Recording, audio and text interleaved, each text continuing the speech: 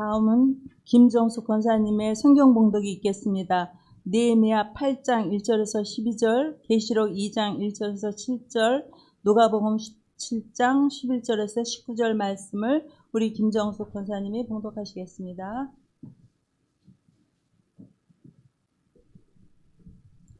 하나님의 말씀입니다. 먼저 느헤미야 8장 1절에서 12절 말씀 한 절 한 절 교독하겠습니다.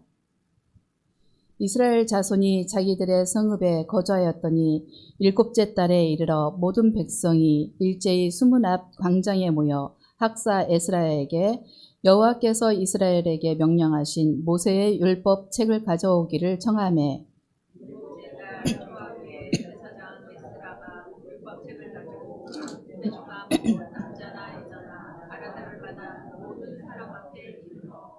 수문 앞 광장에서 새벽부터 정오까지 남자나 여자나 알아들을 만한 모든 사람 앞에서 읽음에 뭇 백성이 그 율법책에 귀를 기울였는데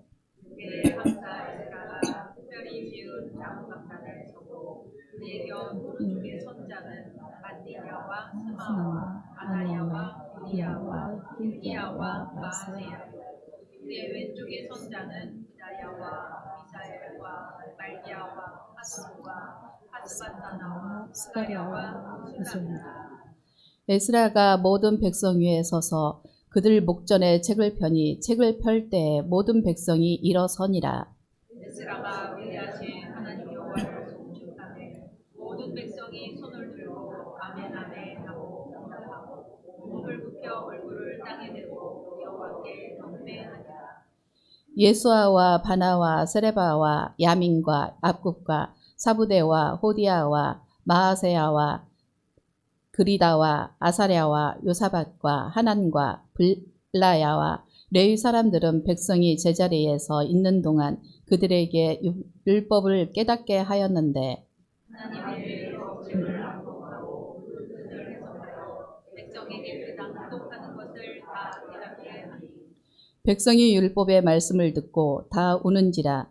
총독 느헤미야와 제사장 겸 학사 에스라와 백성을 가르치는 레위 사람들이 모든 백성에게 이르기를 오늘은 너희 하나님 여호와의 성일이니 슬퍼하지 말며 울지 말라 하고 느헤미야가 또 그들에게 이르기를 너희는 가서 살진 것을 보고 단 것을 마시되 주야의 목숨을 나는 것과 이날 우리 주의 성인이 심하지 말라. 여호와를 기뻐하는 것이 너희의 힘이니라 하고 레위 사람들도 모든 백성을 정숙하게 하여 이르기를 오늘은 성일이니 마땅히 조용하고 근심하지 말라 하니 모든 백성이 곧 가서 먹고 마시며 나누어 주고 크게 즐거워하니 이는 그들이 그 읽어드렸음을 밝히 알니라. 이번에 요한계시록 2장 1절에서 7절 말씀입니다. 한 절 한 절 교독하겠습니다. 예배소 교회의 사자에게 편지하라. 오른손에 있는 7뼈를 붙잡고 7 근 촛대 사이를 거니시는 이가 이르시되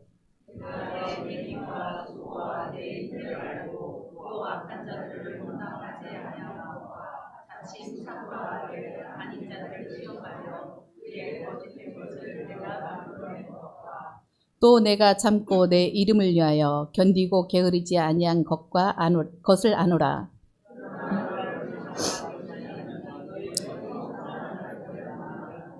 그러므로 어디서 떨어졌는지를 생각하고 회개하여 처음 행위를 가지라. 만일 그리하지 아니하고 회개하지 아니하면 내가 내게 가서 내 촛대를 그 자리에서 옮기리라.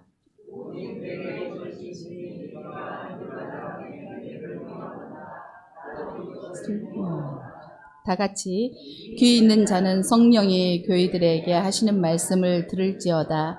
이기는 그에게 내가 하나님의 낙원이 있는 생명나무의 열매를 주어 먹게 하리라. 아멘. 누가복음 17장 11절에서 19절 말씀입니다. 한 절 한 절 교독하겠습니다.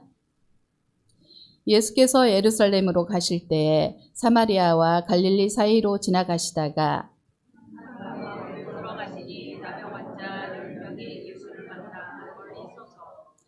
소리를 높여 이르되 예수 선생님이여 우리를 불쌍히 여기소서 하거늘 너희 몸을 보이라 하셨더니 그들이 가다가 깨끗함을 받은지라. 그 중에 한 사람이 자기의 나은 것을 보고 큰 소리로 하나님께 영광을 돌리며 돌아와 엎드려 감사히 예수께서 대답하여 이르시되 10사람이 다 깨끗함을 받지 아니하였느냐? 그 9은 어디 있느냐?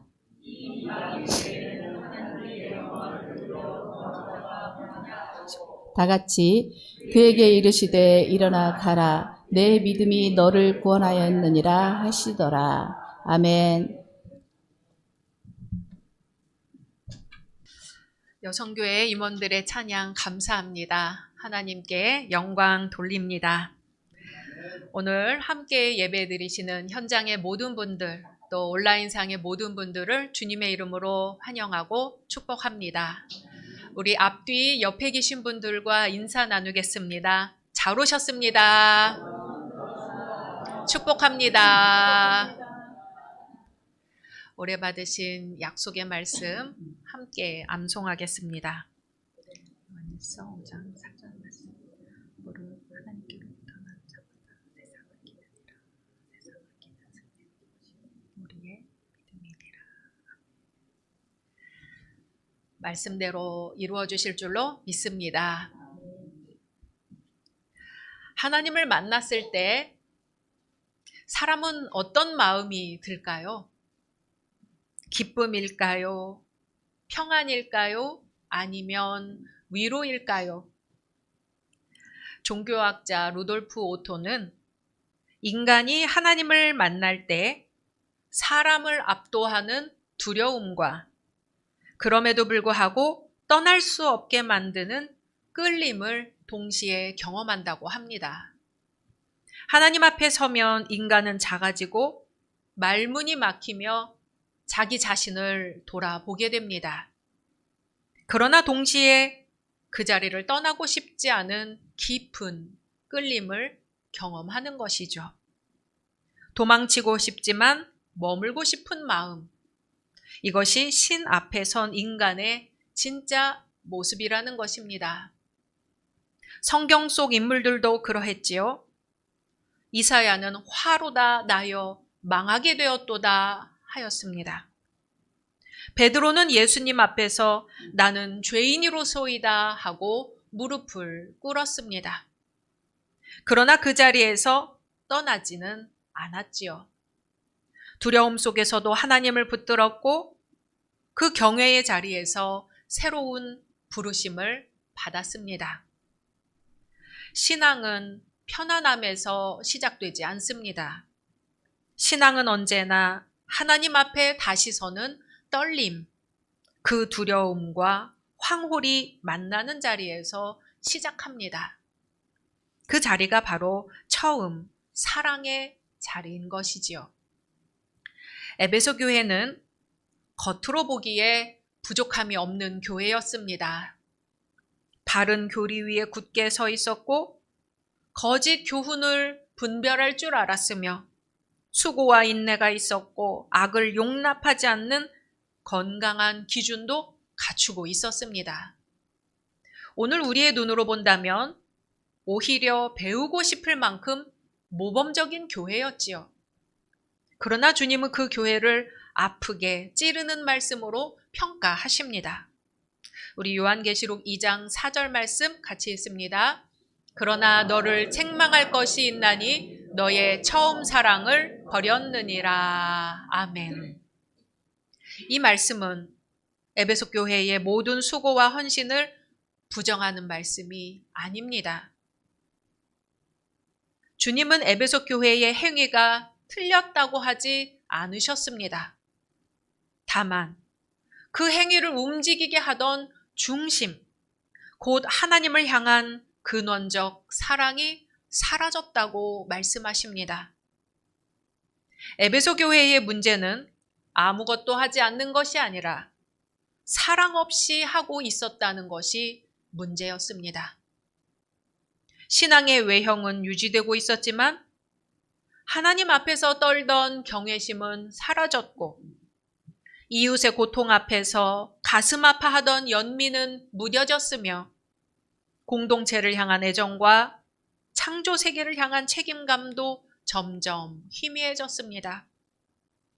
처음에는 하나님을 사랑하기 때문에 했던 일들이 어느 순간부터는 해야 할 일이 되었고 감격으로 드리던 헌신은 의무로 바뀌어 갔습니다. 교회는 여전히 움직이고 있었지만 주님이 보시기에는 이미 생명력이 이뤄지고 있는 상태였습니다. 그래서 주님은 단순히 더 열심히 하라고 말씀하지 않으십니다. 우리 5절 같이 읽겠습니다. 시작. 그러므로 어디서 떨어졌는지를 생각하고 회개하여 처음 행위를 가지라. 만일 그리하지 아니하고 회개하지 아니하면 내가 내게 가서 내 촛대를 그 자리에서 옮기리라. 아멘. 어디서부터 멀어졌는지를 기억하라고 하십니다. 무엇을 더 해야 하는지가 아니라 어디에서 시작했는지를 돌아보라는 말씀입니다.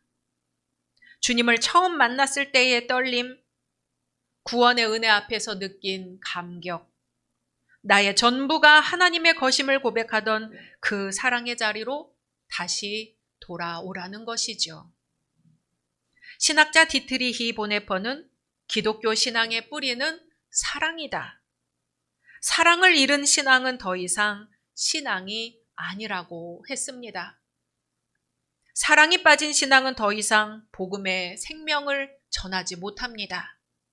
말씀을 들어도 마음이 움직이지 않고 이웃의 고통을 보아도 울지 못하며 성령의 인도를 구하기보다는 이미 익숙한 방식만 반복하게 됩니다.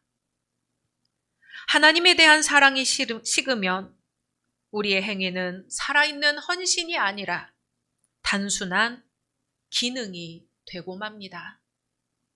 이웃에 대한 사랑이 식으면 봉사는 기쁨이 아니라 부담이 됩니다. 교회에 대한 사랑이 식으면 예배는 생명의 만남이 아니라 하나의 습관이 됩니다. 그리고 창조 세계를 향한 사랑이 식으면 교회는 세상과 단절되어 스스로를 지키기 위한 우상이 되고 마는 것이죠. 에베소 교회의 이야기는 과거의 교회 이야기가 아닙니다. 바로 오늘 우리의 신앙, 오늘 우리의 교회를 비추는 거울입니다. 주님은 지금도 우리에게, 우리 선교회 회원들에게 너는 여전히 나를 사랑하고 있느냐? 너의 수고 이전에 너의 마음은 지금 어디에 있느냐고 물으십니다.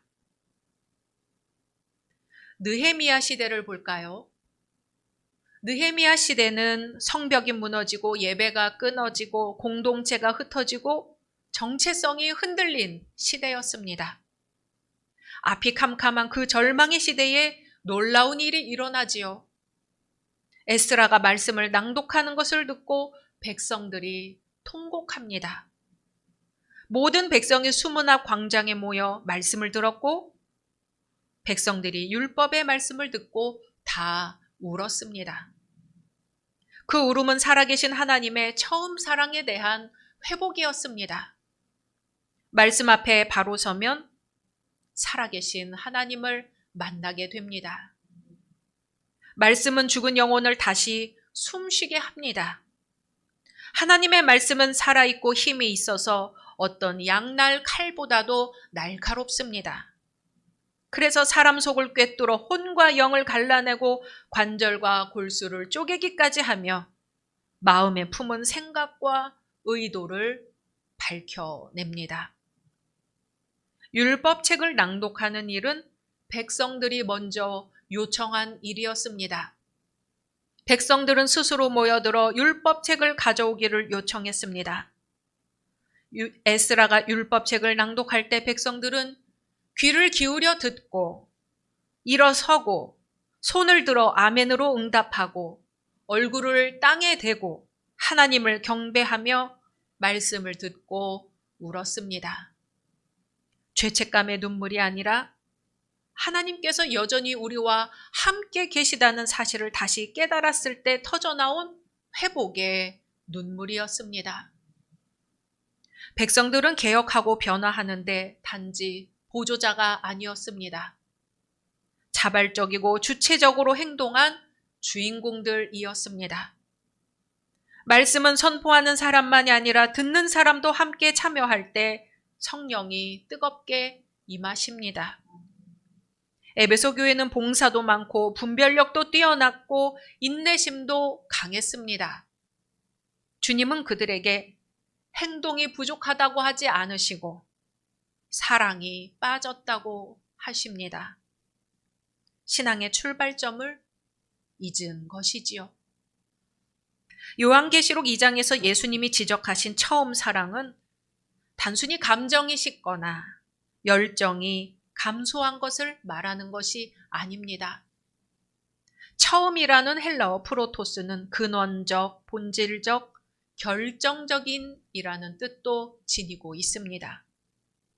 다시 말하면 처음 사랑은 신앙의 본질인 하나님의 사랑이 가장 순수하게 있는 상태입니다. 처음 사랑을 회복한다는 것은 하나님의 사랑받는 자라는 정체성으로 하나님 앞에 서는 것입니다. 무엇을 하라, 행위 이전에 너는 누구였는가 존재의 자리를 기억하는 것입니다. 우리는 신앙의 행동 이전에 존재를 회복해야 합니다. 그리스도인들이 성령 안에서 하나 되어 하나님의 사람으로 서게 되었을 때 놀라운 기적들이 일어났습니다. 함께 기도하고 찬양했고 함께 떡을 떼고 제산을 공유했으며 사람과 공동체를 치유하고 그 사랑의 능력으로 하나님 나라를 향해 나아갔습니다. 처음 사랑을 회복하는 길은 언제나 다시 돌아오는 길입니다. 예수님께서 예루살렘으로 올라가시는 길에 사마리아와 갈릴리 사이를 지나가실 때였습니다. 사회적으로, 종교적으로, 그리고 신체적으로 완전히 배제된 사람들이 있었죠. 바로 나병 환자들입니다. 그들은 멀찍이 서서 외칩니다. 예수 선생님이여 우리를 불쌍히 여기소서. 예수 선생님이여 우리를 불쌍히 여기소서. 이들의 기도에는 교리도 없고 잘 정죄된 언어도 없었습니다. 그러나 분명한 것이 하나 있다면 예수님께 대한 신뢰, 그리고 주님만이 자신들을 살릴 수 있다는 절박한 믿음입니다. 이것이 신앙의 출발점입니다. 처음 사랑은 이렇게 절박하고 단순한 부르짖음에서 시작됩니다. 예수님은 그들을 보시고 이렇게 말씀하십니다. 가서 제사장들에게 너희 몸을 보이라. 아멘.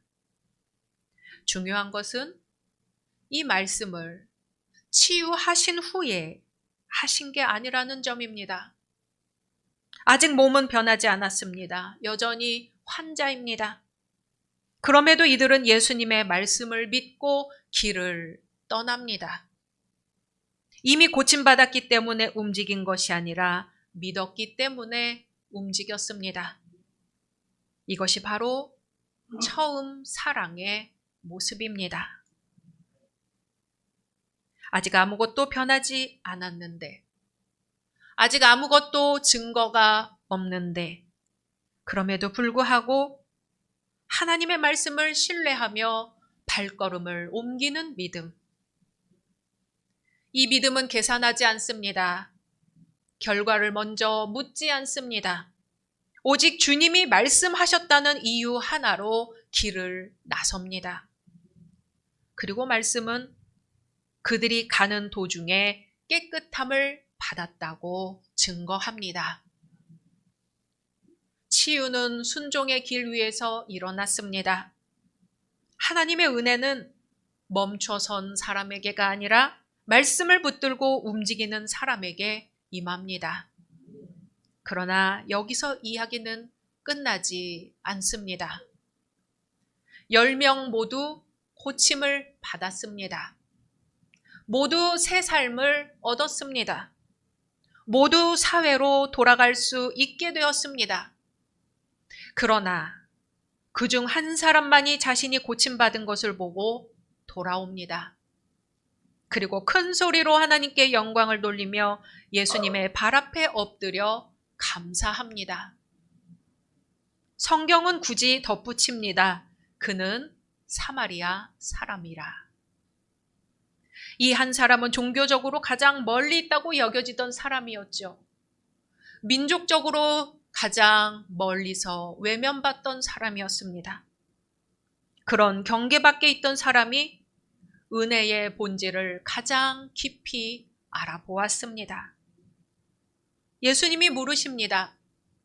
10사람이 다 깨끗함을 받지 않았느냐? 그 9은 어디 있느냐? 은혜를 받았으나 돌아오지 않는 신앙, 치유를 경험했으나 관계를 회복하지 않는 신앙, 문제를 해결받았으나 하나님 앞에 서지 않는 신앙. 9사람은 은혜를 받고도 가버렸지만 한 사람은 은혜의 근원으로 돌아왔습니다. 9은 치유에 머물렀고 한 사람은 구원에 이르렀습니다. 예수님은 말씀하십니다. 일어나 가라. 내 믿음이 너를 구원하였느니라. 아멘. 구원이라는 말은 단순히 병이 낫는 차원이 아닙니다. 관계의 회복, 존재의 회복, 처음 사랑의 회복을 의미합니다. 고침을 받은 이 사마리아 사람은 단지 몸이 나은 사람이 아니라 하나님이 누구신지를 깨달은 사람, 그리고 주님 앞에 다시 서는 사람이 되었습니다. 우리는 지금 9사람의 자리에 있습니까? 아니면 돌아온 한 사람의 자리에 있습니까? 우리는 얼마나 많은 은혜를 받았습니까? 기도 응답을 받았고, 위기를 넘겼고, 자녀를 지켜냈고, 공동체를 세워왔습니다. 그러나 그 은혜 이후 우리는 다시 주님께로 돌아왔습니까? 아니면 제사장에게 가듯이 각자의 자리로 흩어졌습니까? 처음 사랑을 잃어버린 신앙의 특징은 이것입니다.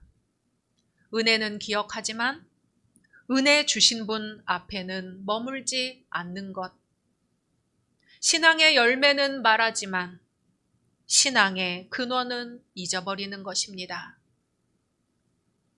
느헤미야 시대의 백성들이 말씀을 듣고 울었던 이유는 자신들이 하나님 앞에서 어디쯤 와 있는지 깨달았기 때문입니다. 에베소 교회가 책망을 받은 이유는 행위가 없어서가 아니라 사랑의 자리에서 멀어졌기 때문입니다. 그리고 누가복음 17장의 이 한 사람은 다시 그 자리로 돌아온 사람이지요. 처음 사랑의 자리, 감사의 자리, 하나님 앞에 엎드리는 자리로 말입니다. 사랑하는 열린 성도 여러분, 우리 여선교회 회원 여러분, 처음 사랑은 다시 돌아오는 것입니다. 주님의 얼굴을 다시 바라보는 것입니다. 오늘 이 예배 가운데 예수님의 발 앞에 다시 엎드리는 사람이 되기를 소망합니다. 치유받았기 때문에 떠나는 사람이 아니라 치유해 주신 주님이 누구신지 깨닫고 나서 다시 돌아와 감사하는 사람, 그 사람이 바로 우리가 되기를 소망합니다. 주님은 오늘도 우리에게 말씀하십니다. 일어나 가라. 그러나 그 길은 감사로부터 시작되는 길, 사랑의 근원으로 되돌아 가는 길입니다. 에베소 교회처럼 많은 일을 하면서도 사랑의 근원을 잃어버릴 수 있고, 누가복음의 9사람처럼 은혜를 받고도 돌아오지 않을 수 있습니다. 그러나 느헤미야 시대의 백성들처럼 말씀 앞에서 울며 돌아오고, 예수님의 발 앞에 엎드린 한 사람처럼 은혜의 근원으로 돌아올 때 우리의 신앙은 다시 살아납니다. 오늘 이 예배를 통해서 치유받았기 때문에 떠나는 사람이 아니라 치유해 주신 주님이 누구신지를 깨닫고 다시 돌아와 감사하는 바로 그 한 사람이 되기를 주님의 이름으로 축원합니다. 주님의 말씀입니다. 그러므로 어디서 떨어졌는지를 생각하고 회개하여 처음 행위를 가지라. 아멘. 말씀 묵상하며 이 시간 우리나라와 민족을 위하여, 앞뒤 옆에 성도님들을 위하여, 특별히 환우들을 위하여 잠시 소리내어 기도하겠습니다. 하신 주 하나님, 이 시간 저희들 주시고 처음 사랑하는 감사합니다. 주님, 이 시간 주님 앞으로 나아가기를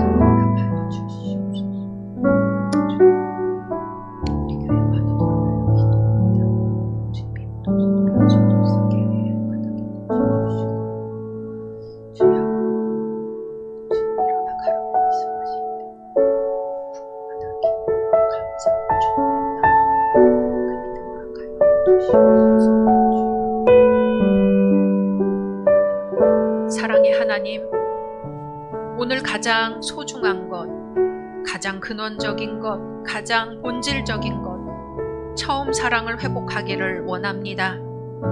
우리는 종종 더 좋은 것, 더 많은 것을 붙잡으려 하다가 정작 가장 소중한 것을 놓치고 살아왔음을 고백합니다. 주님, 저희를 불쌍히 여겨 주옵소서. 주님, 10사람이 고침받았으나 돌아와 감사한 이는 오직 한 사람뿐임을 기억합니다. 은혜 받을 때에 주님을 기억하게 하시고 그 은혜 주신 이의 발 앞에 엎드려 넘치도록 은혜 주시는 주님을 붙들게 하옵소서. 우리와 늘 함께 하시는 예수 그리스도의 이름으로 기도드립니다. 아멘.